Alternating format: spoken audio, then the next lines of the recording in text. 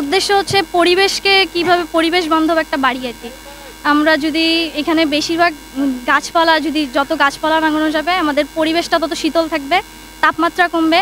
যেহেতু আমাদের দেশের তাপমাত্রা অনেক বৃদ্ধি পাচ্ছে, জলবায়ুর পরিবর্তন হচ্ছে, এই কারণে যদি এটা আমরা বাস্তবায়ন করতে পারি এটা সবার জন্য, আমাদের পরিবেশের জন্য ভালো। অ্যাসেট প্রকল্পের আওতায় স্কিলস অ্যান্ড ইনোভেশন কম্পিটিশন 2025-এর ইনোভেশন যে কম্পিটিশন, সেই কম্পিটিশনটা আজকে সারা বাংলাদেশব্যাপী 227টি প্রতিষ্ঠানে একযোগে অনুষ্ঠিত হয়েছে। সেখানে আমি বর্তমানে উপস্থিত আছি রংপুর টেকনিক্যাল স্কুল অ্যান্ড কলেজে। এখানে ছাত্ররা বিভিন্ন ধরনের ইনোভেশনের প্রতিযোগিতা করছে দেখছি।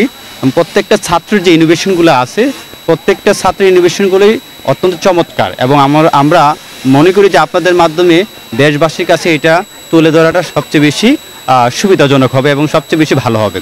যদি আমরা দেশবাসীর কাছে তুলে ধরি, ছাত্ররা আসলে এত বেশি উৎসাহিত হবে।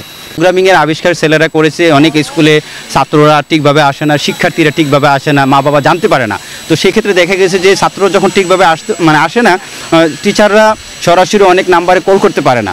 এক্ষেত্রে যখন তারা নাম্বারগুলো দিয়ে সিটিং করা হবে, দেখা গেছে ফাদার্স অথবা তাদের যে অভিভাবক আছে, তাদের অভিভাবকের কাছে সরাসরি তারা চলে যাবে, এবং অভিভাবকরা সরাসরি চাইলে তার সন্তান অথবা তার যে শিক্ষক আছে প্রতিষ্ঠানের শিক্ষকের সাথে সে সরাসরি যোগাযোগ করতে হবে। পাশাপাশি তারা এখানে দেখা গেছে যে আমরা স্বেচ্ছাসেবক অনেকগুলো সংগঠন থাকে, এর মধ্যে ব্লাড স্বেচ্ছাসেবক বর্তমানের জন্য সবচেয়ে বেশি ইম্পর্টেন্ট। সেক্ষেত্রে তারা একটা রক্তদান যে কর্মসূচি আছে সেটা আছে যে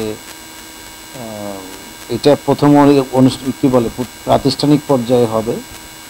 এখান থেকে তিনটি কিংবা একটি যে সবচেয়ে ভালো করবে সে আঞ্চলিক পর্যায়ে আবার প্রতিযোগিতা হবে, সেখানে অংশগ্রহণ করবে। সেখান থেকে যদি সে ভালো করে, এই গেমটা তৈরির একটাই উদ্দেশ্য, এখনকার জেনারেশনের ছেলেমেয়েরা কোডিং শিখতে পারবো। আর বিশেষ করে এই গেমটা খুবই আই ক্যাচিং। এখানে আমরা ইউজ করেছি প্রোগ্রামিং ল্যাঙ্গুয়েজ হিসেবে পাইথন। আমার নাম নূরে জান্নাতি আদিবা, আমি 10ম শ্রেণী বি গ্রুপ, আর আমার ডিপার্টমেন্টের নাম হচ্ছে IT support and web and communication portal for educational institution.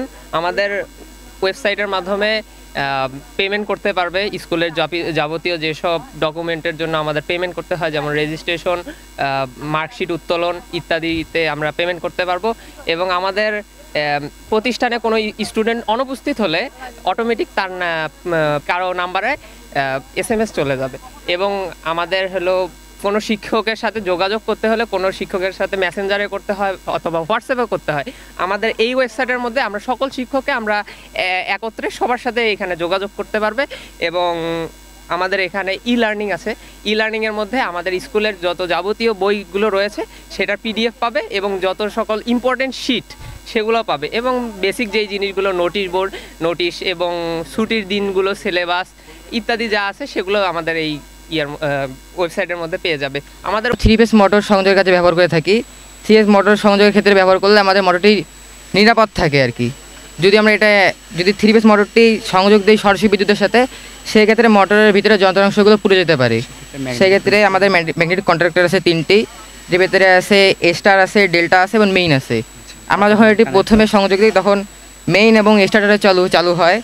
আবার যখন আমাদের এখানে টাইমার রিলে আছে,